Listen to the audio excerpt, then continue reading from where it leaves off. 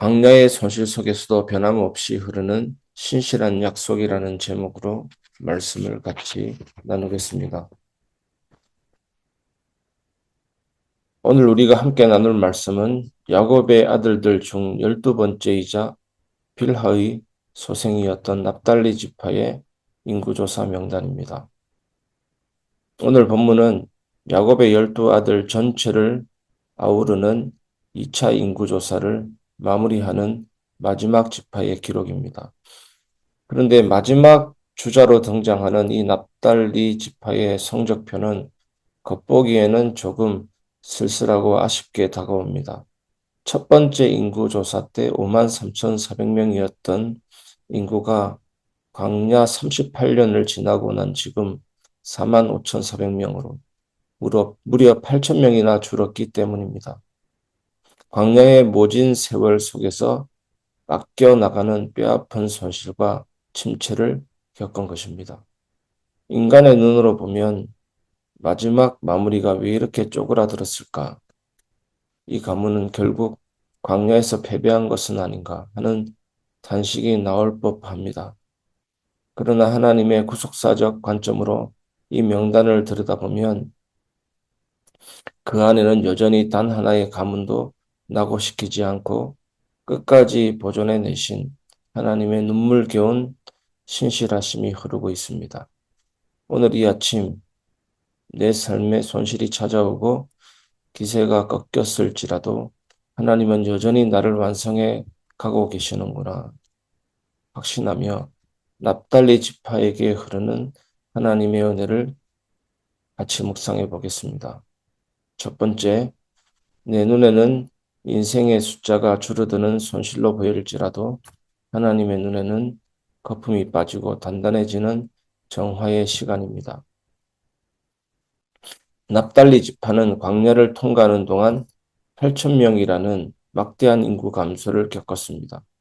주변의 다른 지파들이 수만 명씩 번성해 갈 때 도리어 숫자가 줄어드는 성적표를 받아들였으니 가문 전체가 위축되고 큰 낙심과 무력감에 빠졌을 수도 있습니다.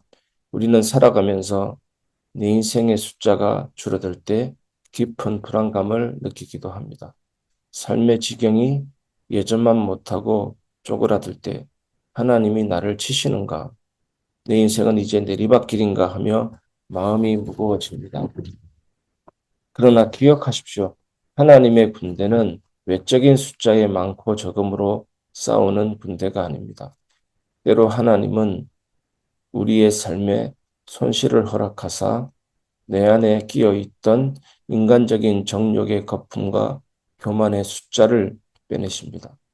비록 숫자는 줄어들었을지라도 지금 남은 45,400명은 광야의 모진 시험을 통과해낸 진짜 정예 군대요 애국 신앙인들입니다. 내 삶에 찾아온 뜻하지 않은 마이너스와 결핍을 우리 모두는 두려워하지 말아야 되겠습니다. 그것은 우리를 망하게 하려는 것이 아닙니다.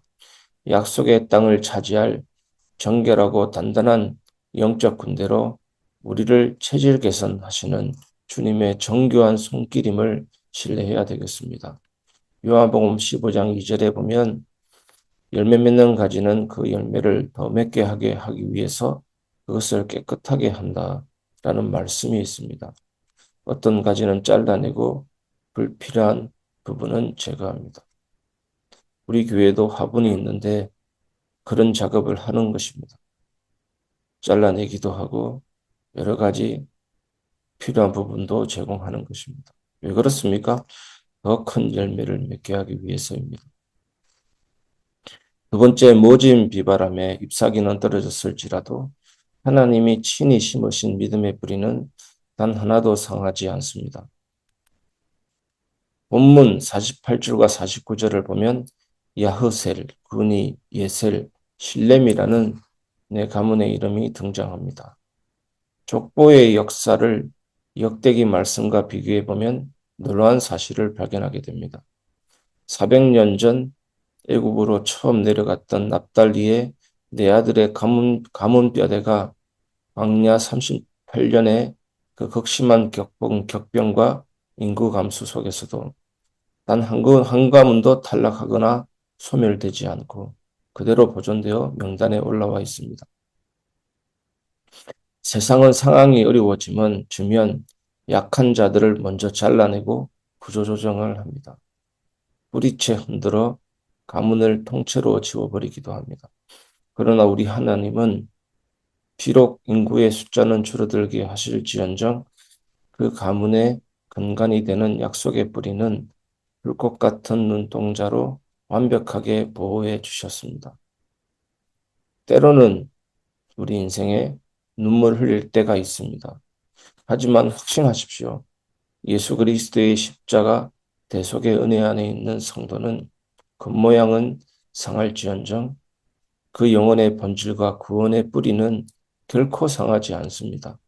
하나님이 우리에게 주신 믿음의 본질, 가정을 향한 구원의 언약은 그 어떤 광야의 비바람이 흔들 수 없도록 주님이 지금 든든하게 붙들고 계심을 확신하시기 바랍니다. 성경의 모든 인물들이 그랬습니다. 여러 가지 결핍과 마이너스와 흔들림이 있었지만 그 가운데 하나님 왜 도대체 나에게 이런 일을 주셨습니까? 가 아니고 하나님이 나를 붙들고 계신다. 이것을 알아가는 것이 은혜인 것입니다. 성경의 인물들이 결국에는 깨달은 것은 하나님이 살아계시다. 하나님은 신실하시다. 내 능력에는 한계가 오는 것이다. 하나님이 운전자로서 내 인생을 붙들고 계신다. 라는 사실입니다. 세 번째, 내가 세상에 화려한 스포트라이트를 받지 못할지라도 약속의 대열 끝까지 자리를 지키는 자가 진짜 승리자입니다.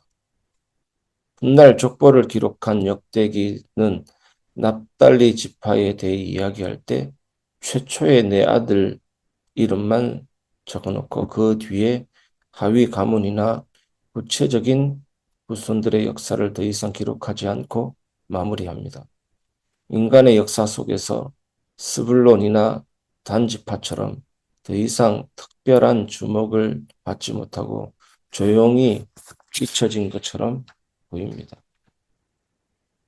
우리는 자꾸 남들보다 먼저 주목받고 싶고 늘 대열의 맨 앞에서 화려하게 스포트라이트를 받고 싶어하는 조급함이 있습니다. 중간이나 맨 뒤로 밀려나면 내 인생은 실패한 것이 아닌가 하는 열등감에 사로잡히기도 합니다. 그러나 하나님의 구원 드라마에서는 순서와 화려함이 중요하지 않습니다. 비록 맨 마지막에 불리는 이름일지라도 비록 하위 족보가 생략되는 단출함 속에 있을지라도 낙오하지 않고 끝까지 약속의 대열에 포함되어 있는가? 이것이 핵심입니다. 납달리 지파는 8천 명이 줄어드는 아픔 속에서도 당당하게 45,400명의 이름으로 약속의 땅을 분배받을 거룩한 군대의 최종 명단에 들어갔습니다. 성도 여러분, 세상의 인정에 목말라 하지 마십시오. 하나님이 정해주신 믿음의 자리에서 묵묵히 끝까지 버텨내는 자가 가장 위대한 승리자가 될 줄 믿습니다. 이것을 잘 보여주는 비유가 달란트 비유입니다. 10달란트, 5달란트, 1달란트. 이것은 굉장히 큰 금액이었습니다. 요즘 말로 따지면 굉장히 큰 금액이었습니다. 10달란트는 100억 정도 되고 5달란트는 50억 정도 되고 1달란트도 10억 정도 되는 엄청난 금달란트였습니다. 그런데 10달란트는 10달란트를 내고 5달란트는 5달란트 내고 1달란트는 파묻어 두었습니다. 정해진 자리에서 묵묵히 끝까지 버텨내는 자가 되지 못했습니다. 하나님이 능력이 있어서 이만큼 내게 주셨구나. 하나님이 나의 자질을 보시고 이만큼 주셨구나. 라는 믿음으로 많은 것을 남길 수 있었는데 그냥 묻어두고 버렸던 것입니다. 성도 여러분, 하나님은 얼마나 크게 일하는가를 보지 않고 맡겨진 자리에서 끝까지 충성하는가를 칭찬하십니다. 오늘 여러분의 삶의 자리에서 최고의 은혜인 말씀 묵상과 기도 속에 하나님의 뜻을 생각하며 오늘도 한 걸음 한 걸음 걸어가시기 바랍니다. 말씀을 마무리하겠습니다. 내 뜻을 내려놓고 변치 않는 언약을 신뢰하라입니다. 오늘 본문의 납달리 지파는 비록 광야길을 걸으며 숫자가 줄어드는 손실을 입었고 역사 속에서 화려하게 주목받지 못했지만 신실하신 하나님은 그들의 네 가문의 뿌리를 완벽하게 보호하사 가나안 땅을 밟는 거룩한 대열의 완성을 이루게 하셨습니다. 인간의 눈에 보이는 숫자의 증감과 세상의 서열보다 무엇을 신뢰해야 됩니까? 우리를 생명책에 기록하시고 끝까지 신실하게 책임지시는 하나님의 언약의 은혜가 언제나 비교할 수 없이 더 크고 확실합니다. 우리의 문제보다 하나님의 언약이 더 크고 확실합니다. 그 어떤 세상에 일어나는 위기보다 하나님은 더 크십니다. 성경은 그것을 보여줍니다. 불을 사르는 온도도 하나님의 신실하심을 막지 못했습니다. 홍해 바다도 하나님의 신실하심을 막지 못했습니다. 사자들도 하나님의 신실하심을 막지 못했습니다.